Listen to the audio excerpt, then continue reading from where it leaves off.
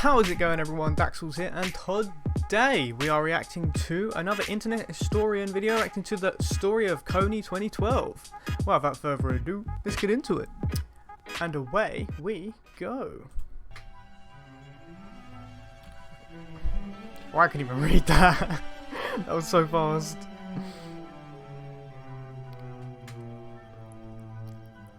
I don't even know what this is about.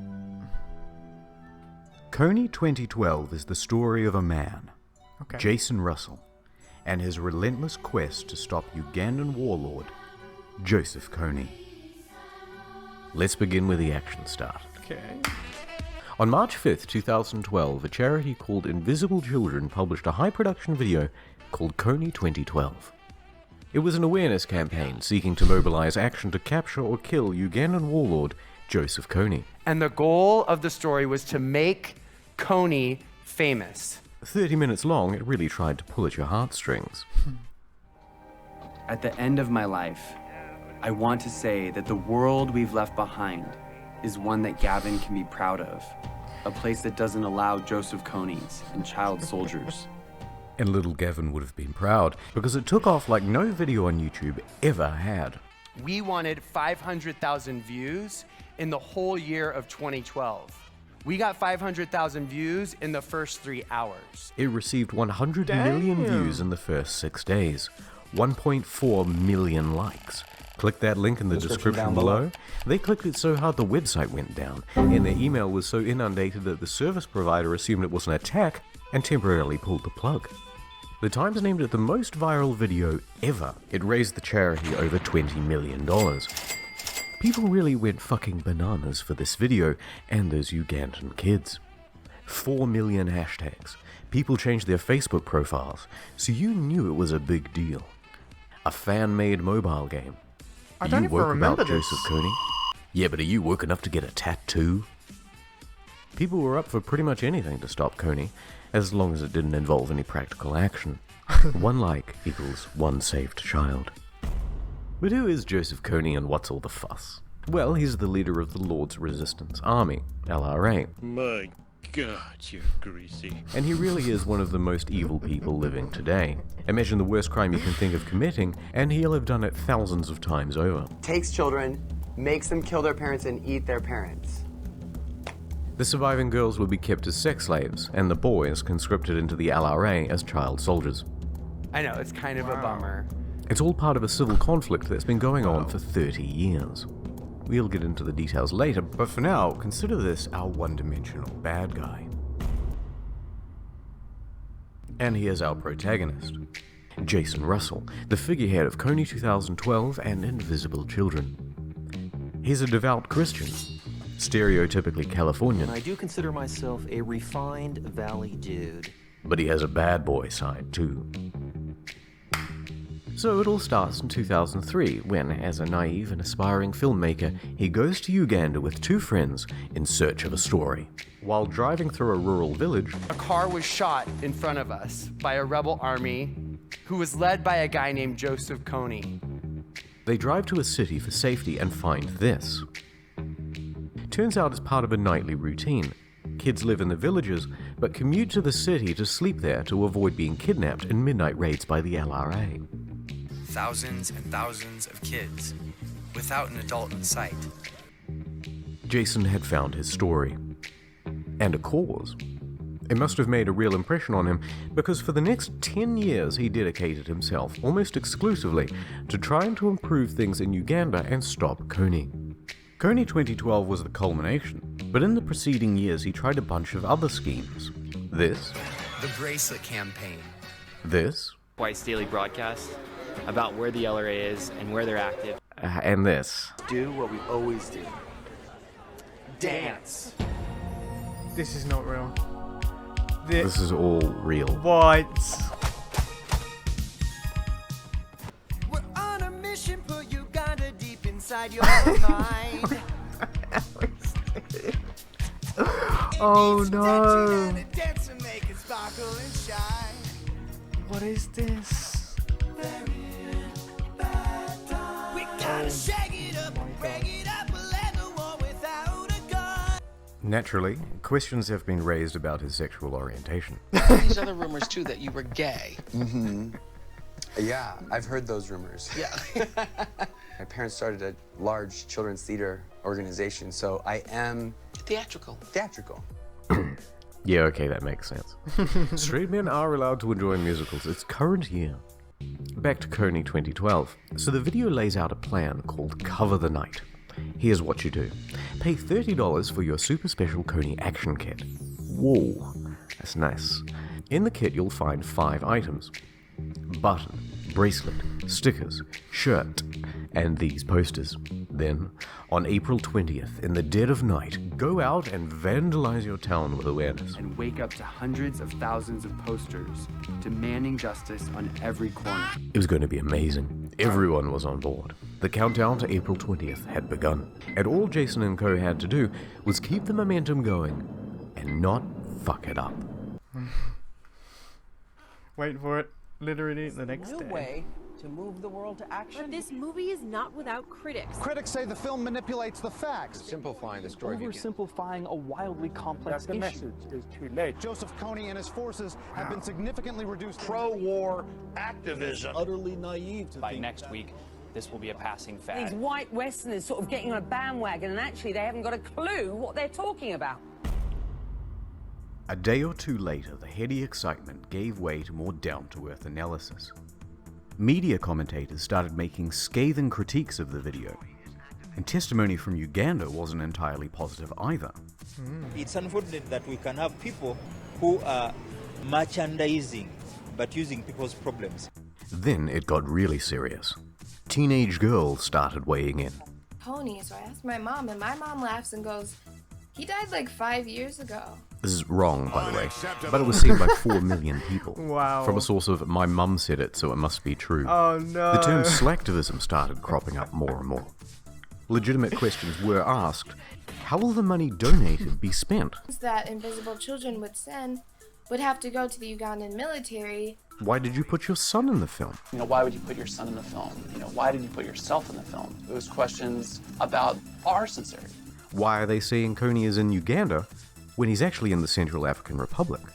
Invisible Children wasn't popular among other charities either. They were hogging the limelight. And they released Kony2012 just 2 days before International Women's Day, a critical fundraising time for some. Even the Ugandan Prime Minister took a few jabs. We do not need a sleek video on YouTube for us to take notice. Once people started feeling misled, they turned against the organization and squared the blame on one person. The pressure was building. Online backlash and a hectic schedule was starting to take a toll. My phone was getting 10 text messages every second. It was just... Millions of supporters on one side, millions of critics on the other. On and on and on. Make Kony famous? Well, it made Jason famous too. And the pressure kept increasing.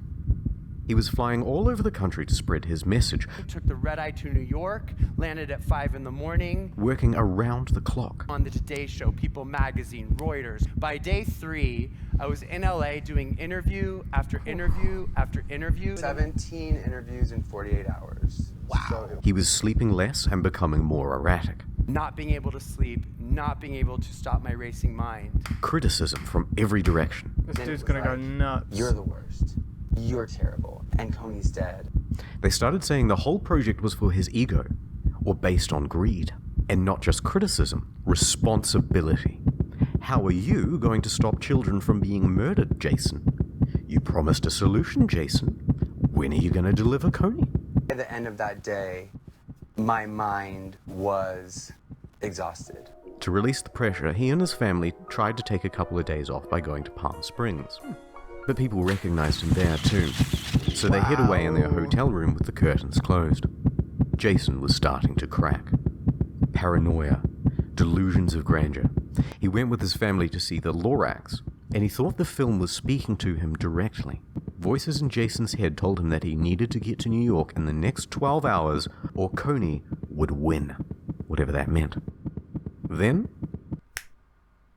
he stripped off all of his clothes and ran out into the street.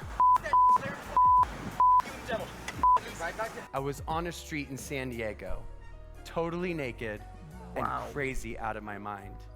Someone driving by in a car took a video on their phone, and they sold it to TMZ for $30,000. And then my naked and crazy mess went viral as well. Some have said that he was jacking it and that he was on drugs. Neither is true. It's just a very distressed man having a mental episode. Were you also masturbating? Did I hear that too? No one who was there ever said that that was happening. Yeah. I mean, I'm naked, so it's not a far extension of, imagination. He was taken to the hospital, not jail. Police say when they showed up, they didn't see any of that and was taken to a local medical facility, that he was not arrested, though. And there, he thought the staff were trying to kill him. Just one of those things where I'm like, I don't believe what you're saying. You're trying to kill me. He ran around in his underwear, kicking in doors until eventually he was subdued and sedated. Did you come back to yourself as you know yourself? 2 weeks. 2 weeks? He was crazy for 2 weeks. 2 weeks, whoa. Yeah. Later on, one Sharona Reed tried to sue Mr. Russell for the trauma of having to see him do naked calisthenics. As far as I can tell, though, that lawsuit went nowhere. Yeah. Can you think of anything else that's worse than running around naked going like this on TMZ? Well, maybe one thing. While all of this was happening, the countdown to the day of action was still ticking. Thousands of kits had been sold. Get ready for an awareness campaign so effective you'll think you're living in Uganda. The kids rolled out into the street. Oh, really? Selfie sticks and posters ready. Let's do it. Let's save those kids. We're changing the world. Oh, God, yes.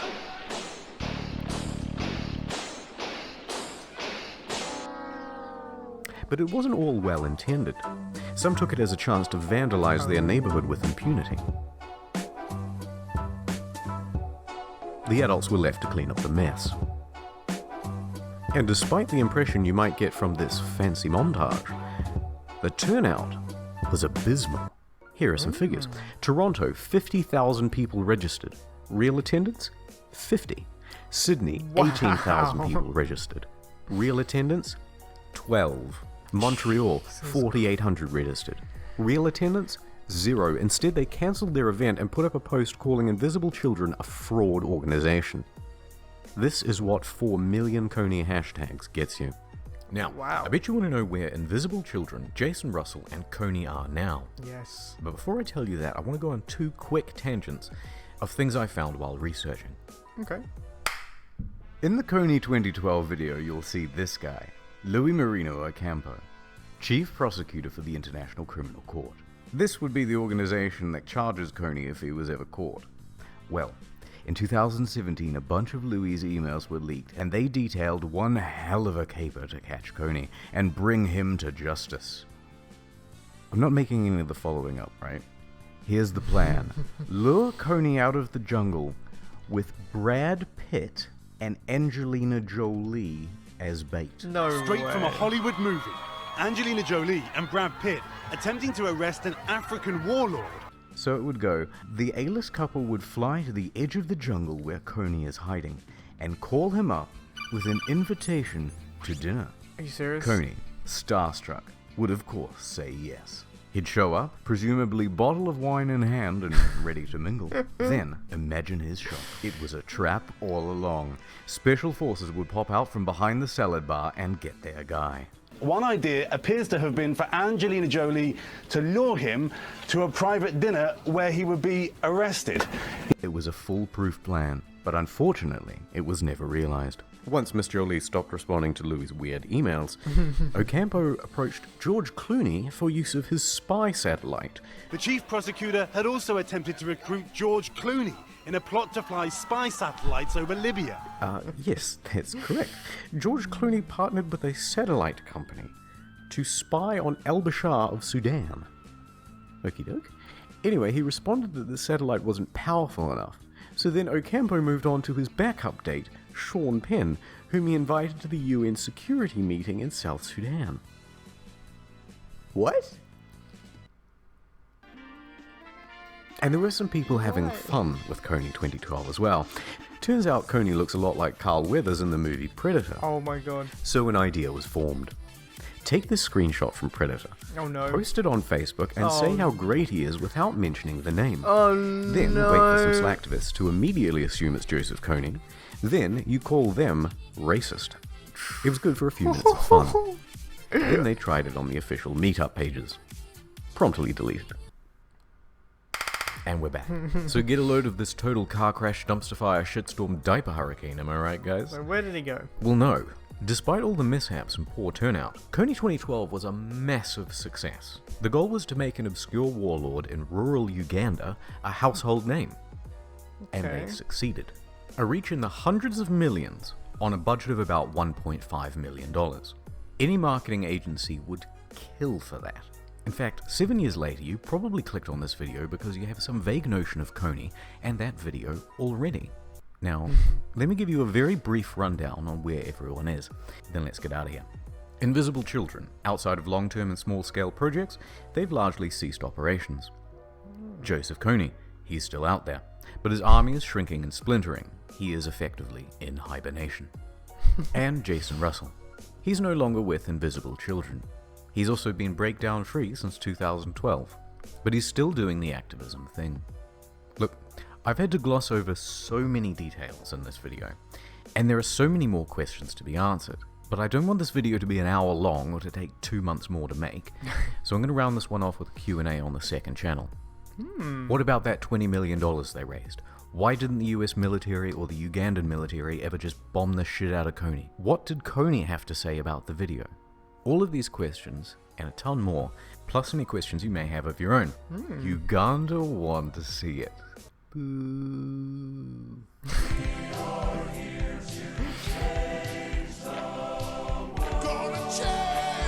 my god.